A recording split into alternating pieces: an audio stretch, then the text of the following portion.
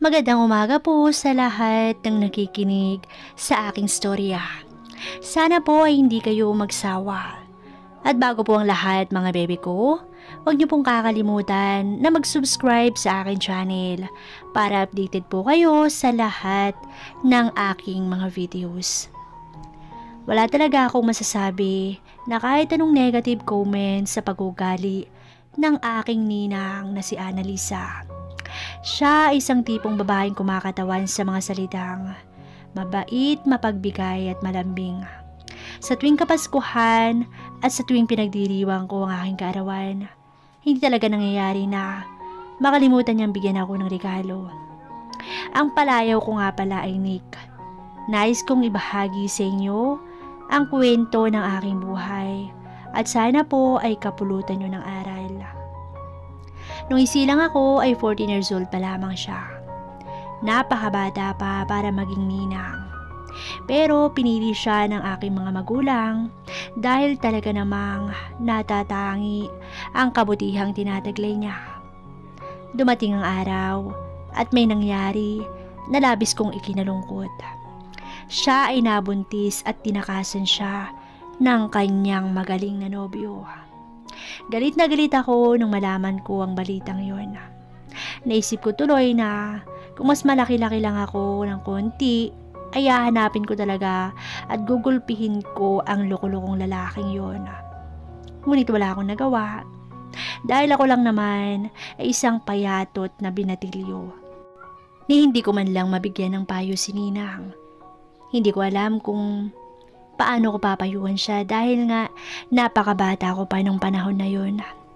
Wala pa akong alam sa mga tamang desisyon sa buhay. Ang tanging ginawa ko lamang ay gawing available ng aking sarili sa tuwing kailangan niya ako. Magkapit-bahay lamang kami, kaya kung may utos man siya o sa tuwing makikisuyo siya sa anong bagay, ay talagang handa ako na tugunan yun. Sobrang mabait na tao si Ninang. Kaya hindi ko siya tatanggihan sa anumang hihilingin niya sa akin. Isang araw ay inimbitahan ako ni Ninang na tumambay muna doon sa bahay niya.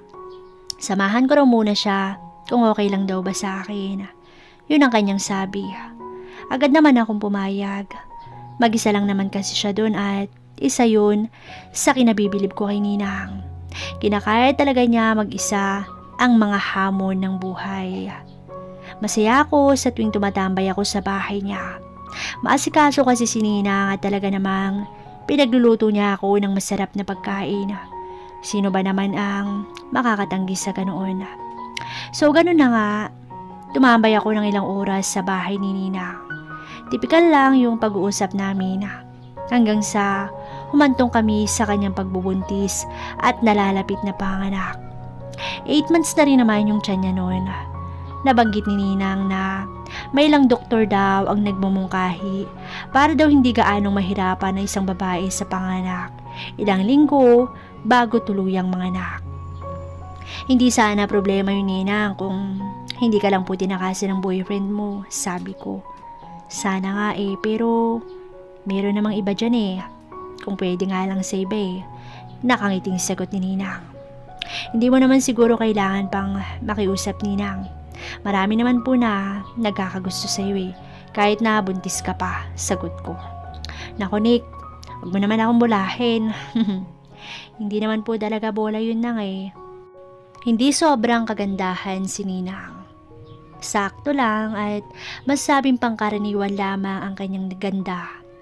Ngunit dahil sa taglay niyang kabaitan, ay marami talaga ang lalaki na nagkakagusto sa kanya. May kapayatan ang kanyang pangatawan dati. Ngunit simula nang mabuntis siya, ay medyo tumaba na siya at nagkalaman-laman. Kung ako ang tatanungin, ay masasabi ko na mas lalo lang siyang naging attractive kung titignan habang lumulobo ang kanyang pangatawan. Ngayon, kahit magkakanak na siya, ay tsaka ko na marami pa rin ang pwede na magkagusto sa kanya. Tanda ko pa nung bata pa ako at teenager pa siya, ay madalas kong nakitang maraming lalaki ang umaaligid sa kanya. Talo pa nga niya yung mga maladyosang kapitbahay namin na babae kung paramihan lamang ng manliligaw ang pag-uusapan. Masasabi ko na talagang super attractive si Ninang kumpara sa ibang babae. Mahirap kasing iwasan ang pagiging malambing, mabait at mapagbigay niyang pag-ugali. Patuloy lamang kami nag-uusap. May binanggit si Ninang na masasabing bagong kaalaman para sa akin. Malaki raw ang advantages at benefits ng isang babaeng buntis kapag ginawa niya ang payo ng mga doktor sa kanya. Hindi po ba delikado yun? Baka kasi mapano kayo kapag nagkaganon ng isang babae? Inosente kong tanong. Hindi naman, Nick. Misconception lang yun ng ibang tao. Scientifically speaking, mas hindi mahirapan na isang babae sa pagluwal ng sanggol kung gagawin niya ang payo ng doktor. Paliwanag pa ni Ninang. May ilang tinanong pa ako kay Ninang tungkol sa mga trivia sa pagbubuntis. Nasagot naman lahat yun ni Ninang. Batid ko na nag-research talaga siya sa topic na yun. Nag-concentrate lang ako sa pakikinig. Mas lalo akong bumibilib kay Ninang. Bukod kasi sa pagiging mabait, ay napakatalino pala talaga niya. Nagustuhan ko talaga yung pagle-lecture niya ng ganoon. Wala kasi talaga akong alam sa mga bagay-bagay na ganoon. Hanggang sa may sinabi siya sa akin. Hindi ko alam kung bakit, ngunit parang may napakalaki at napakaseryosong bagay siyang hihilingin o kaya naman ay ipapagawa sa akin. Salamat talaga, Nick, ha. Sa tuwing kailangan kita, ay talagang nagre-respond ka agad. Wala akong natatanda ang pakiusap ko na hindi mo ginawa, sabi pa niya. Okay lang po yun, Ninang. Hindi ka naman po kasi iba sa akin eh. Sister mother kasi ang tingin ko sa'yo. May ngiti kong wika dito. Walang halong biro. Hindi ko makakalimutan nung batang-bata pa ako na kung makaalaga si Ninang sa akin daig pa niya yung aking mga magulang. Kung minsan pa nga ay naisip ko na parang nanay ko na rin siya. Higit na malambing siya at mapag-alaga kaysa sa tunay kong nanay. Talaga ha, ang sweet mo naman, Nick. Talaga po, Ninang, gagawin ko po talaga kahit ano para sa'yo. Sobrang mabait ka kasi sa akin at sa ibang tao na rin. Napatitig si Ninang sa akin, sabay sabi na, gagawin mo ba talaga, Nick, kahit ano? Kahit wala akong ideya kung ano talaga ang hinihiling niya, ay diretsahan akong sumagot na, oo, Ninang, kahit ano gagawin ko. Ngumiti siya at tumayo. Nagluto siya ng 1 dosenang itlog. Nang maluto na ang mga yun, ay binalatan niya ang lahat ng yun isa-isa. Tumitingin-tingin siya sa akin habang ginagawa yun at pangiti-ngiti. Wala rin akong kibo. Hindi ko talaga alam kung anong binabalak at iniisip niya nung mga oras na yun. Nang matapos ng balatan niya ang lahat ng itlog, ay inutusan niya ako na kainin ang lahat ng yun. Nabigla ako dahil parang hindi ko yata kayang ubusin yun. Hindi ko rin alam kung bakit kailangan kong kumain ng ganoon karaming itlog. Hiniwalay niya yung dilaw sa puti. Protein lang daw kasi yung kailangan ko. Fats daw kasi yung mga dilaw. Isa na namang trivia. Matalino talaga si Ninang. Sa pamamagitan ng tamang sukat ng asin at toyo at sa pamamagitan rin ng isang 8 ounce na coke ay naubos ko naman ang 1 dosenang itlog. Lumipas ang ilang sandali. May tinanong si Ninang sa akin, ano, Nick? Ready ka na ba? Ready para saan? Tanong ng aking naguguluhang isipan. Ngunit bakit mo ko pinakain ng ganong karaming itlog? Ito lamang ang tanging nasagot ko kay Ninang nang marinig ko ang nakakagimbal na hiling niya na gagawin ko raw. Hindi pa ako nakakaramdam ng ganoong klaseng shock sa buhay ko nang marinig ko ang pakiusap ni Ninang sa akin. Nick, pwede ba na matulungan mo ko para hindi ako mahirapan, mga anak? Pwede bang gawin mo yung pinayo sa akin ng doktor? Tanong nito sa akin. Ang sinabi niyang yun ay naghatid sa akin ng katakot-takot na kaisipan na nagdala rin ng kasiyahan. Na-excite ako na kinakabahan sa mga oras na yun nang tinanong ako ni Ninang. Ninang, sigurado po ba kayo na gusto nyo? Gulat kong sabi dito. Oo Nick, sigurado ko dahil ikaw lang naman yung palagi nandiyan sa tabi ko. Ikaw yung tao na kapag nangailangan ako hindi tumatanggi sa lahat ng gusto at iutos ko. Medyo natouch naman ako sa sinabi ni Ninang sa akin. Totoo naman kasi yung mga sinabi niya na isang tawag niya lang nandyan agad ako para sa kanya. Nagpaliwanag si Ninang tungkol sa mga itlog na kinain ko na para raw maraming protein ang maabsorb ng aking katawan. Hindi na naiproseso ng utak ko ang mga sinasabi ni Ninang. Tango na lamang ako ng tango sa mga sinasabi niya sa akin. Nakapokus kasi ako sa gusto niyang mangyari at ipagawa sa akin. At ngayon na yun. Ang ipinagtataka ko lang ay sa dami ng mga eksenang pwede na gumawa na to, bakit ako pa? Bakit sa ninang ko pa? At bakit sa isang buntis na babae? Pero hindi bale, buntis man o hindi. Parang excited naman ako sa gusto ni Ninang. Medyo nakaramdam ako ng init nung mga oras na yon. Pumasok si Ninang sa banyo para daw makapaglinis ng katawan.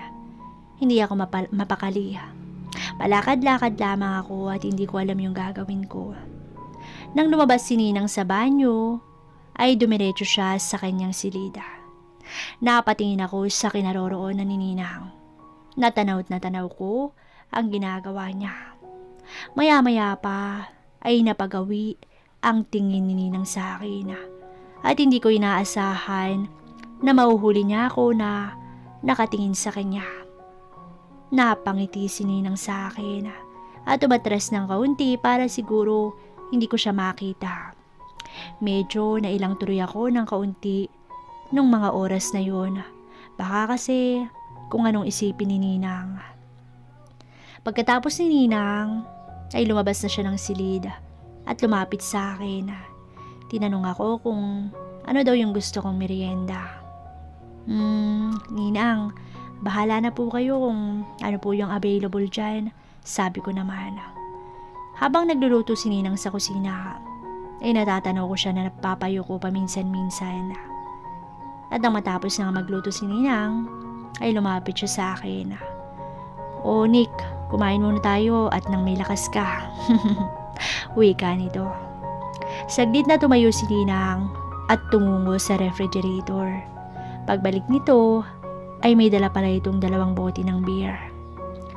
Nick, habang kumakain ka, ito yung inumin mo para lumakas yung loob mo at para hindi ka mahiya, wika ni Ninang.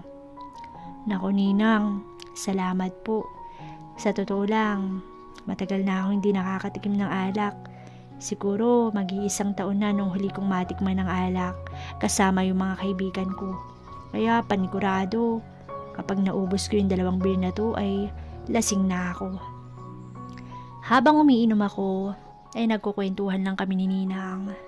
At pansin ko na iba ang tingin na ibinibigay sa akin ni Ninang. Nang medyo tinatamaan na ako, ay bigla ako nagsalita. Ninang, ang ganda-ganda niyo po ngayon. Siguro, dala na rin po ng pagiging broken-hearted niyo. Wika ako dito. Siguro po Ninang, kung ako lang po yung ex niyo, hindi ko po kayo iiwan. Napakatanga talaga ng lalaking yun. Nabigla si Ninang sa sinabi ko. Siguro, dala na din siguro ng kalasingan ko. Tama nga si Ninang, pampalakas talaga ng loob ang alak na to. Nako Nick, talaga ba? Baka naman ganun din yung gawin mo sa akin.